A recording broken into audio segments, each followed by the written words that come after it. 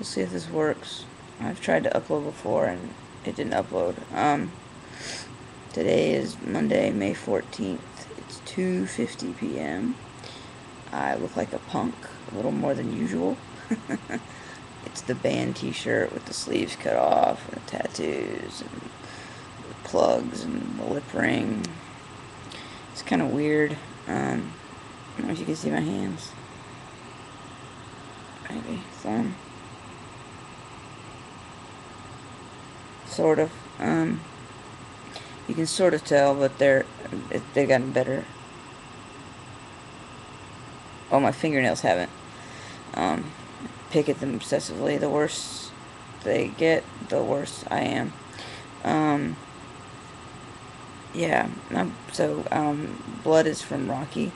And it's above my, like, knuckles because I have on fingerless gloves when I play Riff. And, yeah, the blood stains. And by the time I get it off, it's Friday again. And I have to do it all over. So Rocky's sort of in full swing.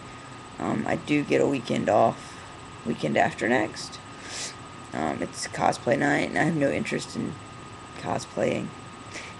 Playing Riff is enough. It's complicated enough for me, thanks. Yeah, I'm hoping that Rocky picks up soon because it's sort of been more of a stress lately than a positive, which the whole reason I went into it was to allow myself to be selfish. To have some activity in my life that's just there to make me happy and keep me entertained. It's become a kind of expensive hobby. I pay about $40 in gas just to go down and do it. But in some ways it's worth it. Hopefully the other ways will pick up, or another opportunity will create, or I will create another opportunity for myself. Just stupid drama. Yeah. I have the most fun doing something, especially performance-based, when I know that I'm doing everything I can as a performer, sometimes as a stage manager, sometimes as a director, but most of the time just as a performer. I'm doing everything I can to make it the best it possibly can be, and that includes my character or my job, whatever I'm doing, and that's first, and then it's sort of what everybody else is doing. Yeah. I'm sorry, Rocky is sort of the thing that is on my mind a lot, and it's a good distraction. I have therapy tomorrow, and we're probably going to have to spend the entire time talking about what's happened in the past month or two. It's always hard because I don't want to talk about being sick. It's nice to have a few minutes at the beginning of the appointment to just rant about it and have somebody actually listen, because it's not that there's not anybody to do that with, it's just that I don't take advantage of those situations, and I don't really want to. I've really tried to focus my energies in different places than complaining about being sick. It is what it is, but I do feel that we could have a better hold on it, and I refuse to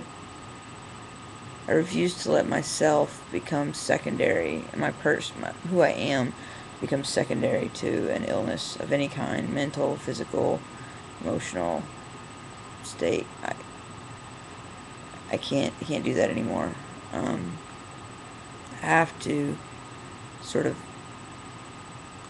put me first, and it's difficult because I've spent my entire life putting other people first. And it's a lot easier said than done.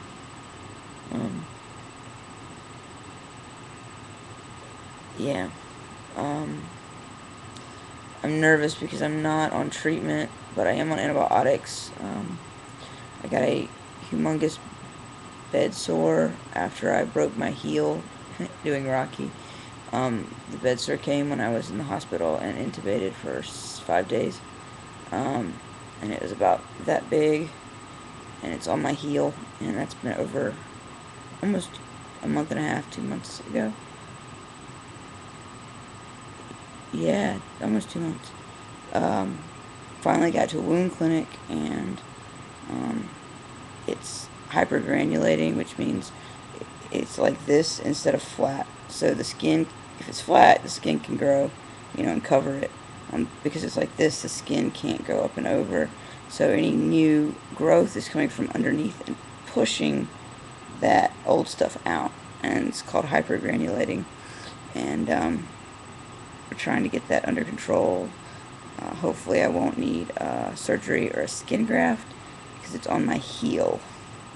And that needs to be kind of one of your tougher areas of skin. It's usually, you usually get a buildup of dead skin and like blistering or not blistering, calluses there that you develop because you walk on it.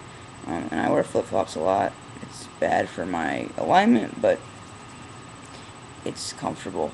So yeah, I can't wear anything but flip-flops right now. If I put shoes on, it's just horrible. I have to keep it wrapped up all the time. So yeah, it's a really dreary rainy day here, and although I knew the weather in advance, I woke up feeling it.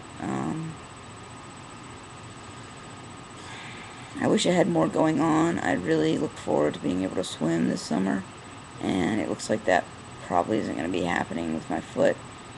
Once it gets skin over it, it's going to take 6 weeks to heal. Yeah, let's see, this past Friday marked a year since my surgery. Kind of a bittersweet thing. I look back at some of the photos, and it's fucked up how much a year can change your life, but it has. So, yeah. I wish I could get back down to Florida and have a revision. My scars did keloid, mostly like in the front. They have started to fade a little bit, but they're still red. My left nipple fared very well, and my right nipple didn't. It has no projection at all. It looks like a stamp.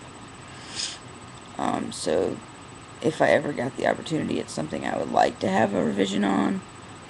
Although it's not necessary. I walk around at Rocky oftentimes with the shirt off because I'm changing or doing something, but I don't ever really go on stage that way. I always have something on. If you're on my Facebook and you can see the Rocky photos, there was one posted Friday and I was wearing a boa, and that's it. And there are some that actually you can see my chest. I was just wearing suspenders one week, which was a pretty big deal. But it's an environment that's okay, and it doesn't bother me. As far as going out in the sun or going swimming, I know that the keloids and scars will get worse. So I will wear sunscreen and a rash guard still. And it will, I don't think it'll be as uncomfortable. Especially looking back at like the cruise photos right before I went and had surgery. You can just see how uncomfortable I am. Any kind of bathing suit, or because I was wearing rash guards and a binder, 2 binders underneath. I still have all my binders. I keep looking for a way to donate them, and just haven't had the energy to do a lot of the things I've wanted to do.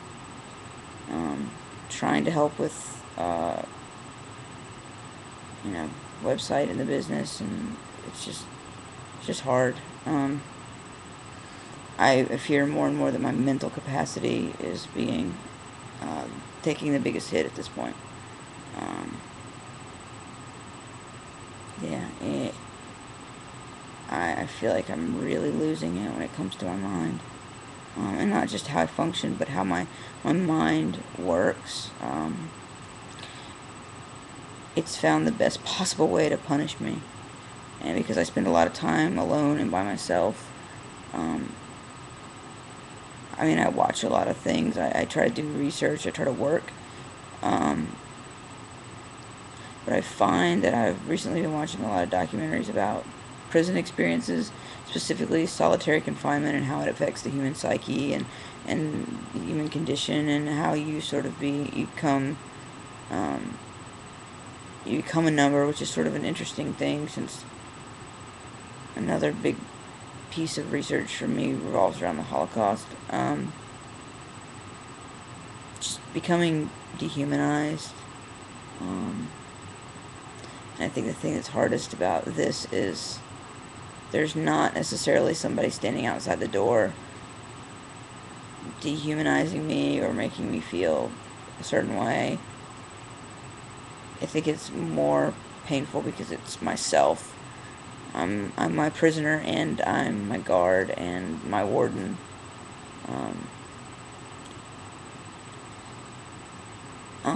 There's some, there's some things that have gotten better about that.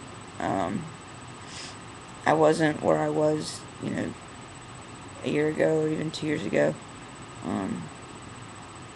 I woke up and I decided to push the things out of my life that were causing me the feeling of being just trapped.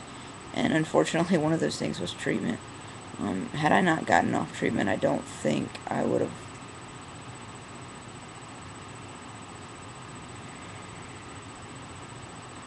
I don't know that I could have continued for very long without making some attempt to remove myself from this plane of existence. Yeah, the depression is definitely affected by the Lyme, because I've been off treatment, but then I've been sort of on treatment for the last 6 months. I've had to be on antibiotics for a lot of random things: my foot, the hysterectomy, and an infection, then the pneumonia. So I've been on treatment kind of for 6 months, and I can definitely tell I've had the worst herx. Probably going to take me the summer to get over this herx, because it's still really bad. And I'm back on antibiotics again because my heel, it has staph and strep infection, present. So another 14-day course of antibiotics. I've done nothing but throw up. But recognizing that it's not me that's depressed, it's the Lyme that makes that so, and actually having like a set sort of experimental parameter that I can actually, clearly be able to identify that's what it is. Going into it, I felt okay. Coming out of it, I didn't.